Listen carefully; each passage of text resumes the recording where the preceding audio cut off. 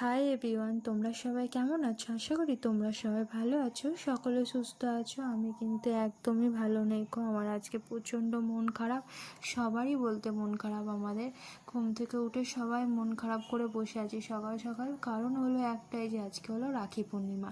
এই রাখি পূর্ণিমা ভাই বোনদের একটা উৎসব, আনন্দের দিন। এদিকে সকাল সকাল চান করে রেডি হয়ে রাখি পরে চলে এসেছি দিদিদের কাছ থেকে, কিন্তু আমাদের সবার মনটা খারাপ। আমি এদিকে কান্নাকাটি করছি, এদিকে মেজদি কান্নাকাটি করছে, সবার মন খারাপ করে সবার চোখে জল। মা এদিকে চুপচাপ বসে আছে মন খারাপ করে।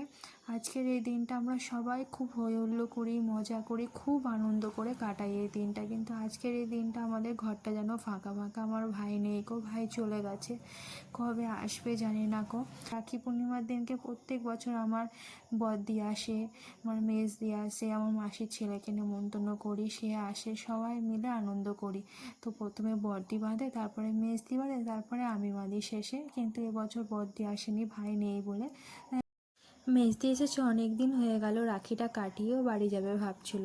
তো মা এদিকে বলছিল রাখি তুলে দিস না, ভাই নেই তো কী হয়েছে, ঠাকুরকে রাখিটা পরিয়ে দিবি ভাইয়ের নাম করে। তাই আমি আর মেজদি রাখি বাঁধতে বসে পড়েছিলাম। মেজদি আগে রাখিটা বেঁধে নিল, তারপরে আমি বাঁধলাম ঠাকুরকে রাখি। তো প্রত্যেক বছর ভাই বলে রাখির দিনকে এই রাখিটা নিয়ে আসবি পছন্দ করে, এই মিষ্টিটা নিয়ে আসবি, তাই ওর জন্য আমরা প্রত্যেক বছর নিয়ে আসতাম আমরা 3 বোন। কিন্তু আজকের দিনটা যেন ঘরটা ফাঁকা ফাঁকা লাগছে, ভাই নেই গো। ভাই যেখানেই থাকুক ভালো থাকুক, আমরা এটাই চাই সব সময়। তো আজকে রাখি পূর্ণিমার দিনে কী রান্নাবান্না করবো ভাবছিলাম। রান্নাবান্না করার একটু ইচ্ছে ছিল না ভালো মন্দ, কিন্তু মেজদি আর বাবাই বেশি দিন থাকবে না, ও এতদিন ধরে এসেছিলো, সেরকম ভালো মন্দ কিছুই রান্না করে খাওয়াতে পারিনি।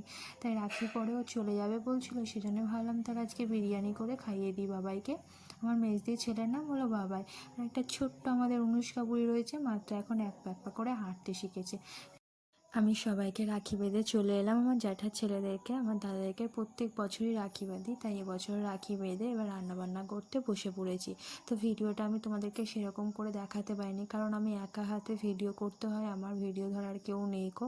তাই তাছাড়া এ বাড়ি ও বাড়ি গিয়ে গিয়ে রাখি বাঁধতে হয়, তো সেজন্য আমি ভিডিও শ্যুট করতে পারিনি সেরকম।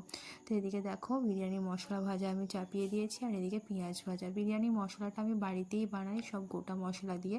মা ওদিকে কাঠে ভাত চাপিয়ে দিয়েছে। মা আর বাবা বিরিয়ানি খায় না, সেজন্য মাদের জন্য আলাদা হয় ভাত, আর আমাদের জন্য বিরিয়ানি। আমাদের এটাই হলো সমস্যা। দেখো এদিকে গরম মশলা ভাজা হয়ে গেছে, এবার মিক্সচার মেশিনে ভালোভাবে পিষে নেব।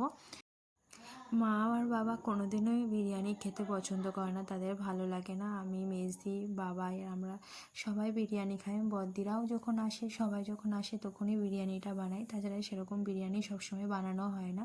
দেখি ম্যারিনেট করে রাখছিলাম মাংসগুলো, সব মশলাপাতি দিয়ে ভালোভাবে মেখে 1 ঘন্টা মতন চাপা দিয়ে রেখে দেবো। মায়ের এদিকে মোটামুটি ভাত হয়ে গেছে, এবার মাংসটা আমি চাপিয়ে দিলাম কষা।